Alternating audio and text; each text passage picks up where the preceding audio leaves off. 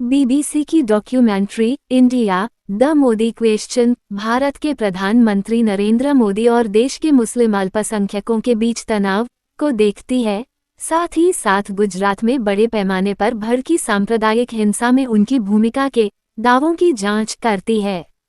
फरवरी और मार्च के महीनों में 2002 में जिसमें 1000 से अधिक लोग मारे गए, 27 फरवरी 2002 को गोधरा में कार सेवकों को ले जा रही एक ट्रेन में आग लगने के बाद हुई हिंसा में 59 लोगों की मौत हो गई थी।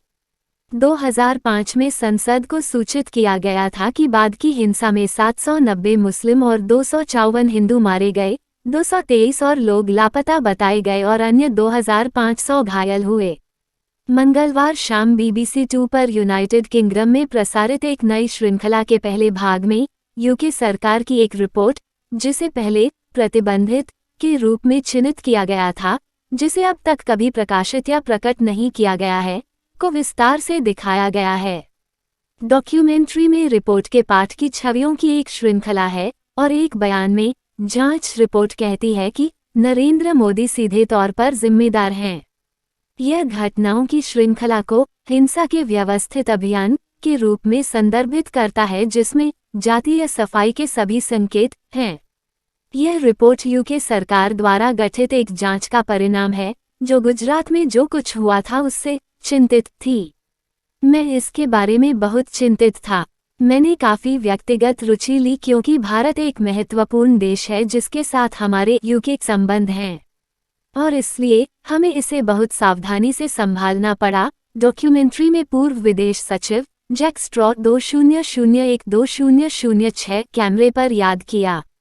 हमने जो किया वह एक जांच स्थापित करना था और एक टीम को गुजरात जाना था और खुद पता लगाना था कि क्या हुआ था, और उन्होंने बहुत गहन रिपोर्ट तैयार की।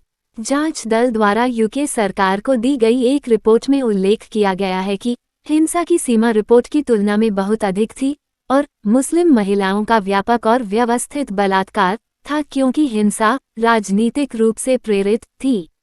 इसने आगे कहा कि दंगों का उद्देश्य मुसलमानों को हिंदू क्षेत्रों से शुद्ध करना था। डॉक्यूमेंट्री में आरोप लगाया गया है, निस्संदेह यह मोदी की ओर से आया है। डॉक्यूमेंट्री में एक पूर्व ब्रिटिश राजनयिक जो गुमनाम रहता है ने कहा, हिंसा के दौरान कम से कम 2000 लोगों की हत्या कर दी गई थी, जिनमें से अधिकांश मुस्लिम थे। हमने इसे एक नरसंहार के रूप में वर्णित किया। मुस्लिम समुदाय को लक्षित एक जानबूझकर और राजनीतिक रूप से संचालित प्रयास। राष्ट्रीय स्वयंसेवक संघ (आरएसएस) से संबद्ध विश्व हिंदू परिषद (वीएचपी) का भी रिपोर्ट में उल्लेख है। पूर्व राजनयिक ने कहा, हिंसा व्यापक रूप से एक चरमपंथी हिंदू राष्ट्रवादी समूह (वीएचपी) द्वारा आयोजित की गई थी। रिपोर्ट में कहा गया है कि वेप और उसके सहयोगी राज्य सरकार द्वारा बनाए गए दंडमुक्ति के माहौल के बिना इतना नुकसान नहीं कर सकते थे। डॉक्यूमेंट्री में आरोप लगाया गया है कि दंडमुक्ति की संस्कृति थी जिसने हिंसा के लिए माहौल तैयार किया। पूर्व ब्रिटिश विदेश सचिव स्ट्रॉ ने बीबीसी को बताया, ये बहुत गंभीर दावे थे कि मुख्यमंत्री मोदी ने पुलिस को वापस बुलाने और हिंदू चरमपंथियों को गुप्त रूप से प्रोत्साहित करने में काफी सक्रिय भूमिका निभाई। उनका कहना है कि मोदी के खिलाफ ये आरोप चौंकाने वाले थे और पुलिस को समुदायों की रक्षा के लिए अपना काम करने से रोककर राजनीतिक भागीदारी का विशेष रूप से अहंकारी उदाहरण स्थापित किया है। उन्होंने आगे स्वीकार किया कि एक मंत्री के रूप में उनके पास काफी सीमित विकल्प थे। हम कभी भी भारत के साथ राजनयिक संबंध तोड़ने नहीं जा रहे थे, लेकिन जाहिर तौर पर यह उनकी प्रतिष्ठा पर दाग है। 2002 के गुजरात दंगों के बाद ब्रिटिश सरकार ने रक्तपात को समाप्त करने में विफल रहने का दावा करने के लिए मोदी पर एक राजनयिक बहिष्कार किया। यह अक्टूबर 2012 में समाप्त हो गया। उसी दौरान बीबीसी के अनुसार यूरोपीय संघ द्वारा एक जांच भी गठित की गई, जिसने एक जांच भी की। यह कथित तौर पर पाया गया कि मंत्रियों ने हिंसा में सक्रिय भाग लिया और वरिष्ठ पुलिस अधिकारियों को निर्देश दिया गया कि वे दंगे में हस्तक्षेप न करें। नरेंद्र मोदी बहुत मीडिया फ्रेंडली नहीं हैं, तो उसके लिए हमारे साथ बैठकर साक्षात्कार करने के लिए सहमत होना एक स्कूप की तरह महसूस हुआ। उन्होंने मुझे एक बहुत ही करिश्माई, बहुत शक्तिशाली और काफी खतरनाक व्यक्ति के रूप में मारा। बीबीसी की जिल मैकगिवन कहती हैं, जिन्होंने हिंसा पर मोदी का साक्षात्कार लिया। बार बार की हिंसा और हिंसा के प्रकोप के बाद गुजरात में उथल पुथल के बारे में उनके सवालों के जवाब में मोदी को जवाब देते हुए दिखाया गया है, मुझे लगता है कि आपको पहले अपनी जानकारी सही करनी होगी। राज्य बहुत शांतिपूर्ण है।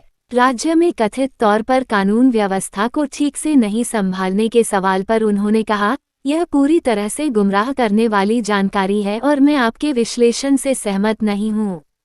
तुम अंग्रेजों को हमें मानवाधिकारों का उपदेश नहीं देना चाहिए। हालांकि यह पूछे जाने पर कि क्या पूरे प्रकरण में कुछ ऐसा था जो मोदी अलग तरीके से करना चाहेंगे, मोदी ने कहा, एक क्षेत्र जहां मैं चीजों को अलग तरह से कर सकता था वो है मीडिया को कैसे हैंडल किया जाए। डॉक्यूमेंट्री में उद्धृत यूके की जांच रिपोर्ट का निष्कर्ष है, जब तक मोदी सत्ता में रहते हैं, सुलह कर लेते हैं, यह असंभव होगा। BBC 2 डॉक्यूमेंट्री अभी भारत में देखने के लिए उपलब्ध नहीं है। जून 2022 में सुप्रीम कोर्ट ने कहा कि गुजरात दंगों के पीछे कोई बड़ी साजिश नहीं थी। शीर्ष अदालत ने विशेष जांच दल SIT द्वारा मोदी को दी गई क्लीन चिट के खिलाफ पूर्व सांसद एहसान जाफरी की पत्नी जकिया जाफरी की याचिका खारिज कर दी। सुप्रीम कोर्ट ने यह भी कहा कि उच्चतम स्तर पर बड़ी आपराधिक साजिश का आरोप ताश के पत्तों की तरह ढह गया है।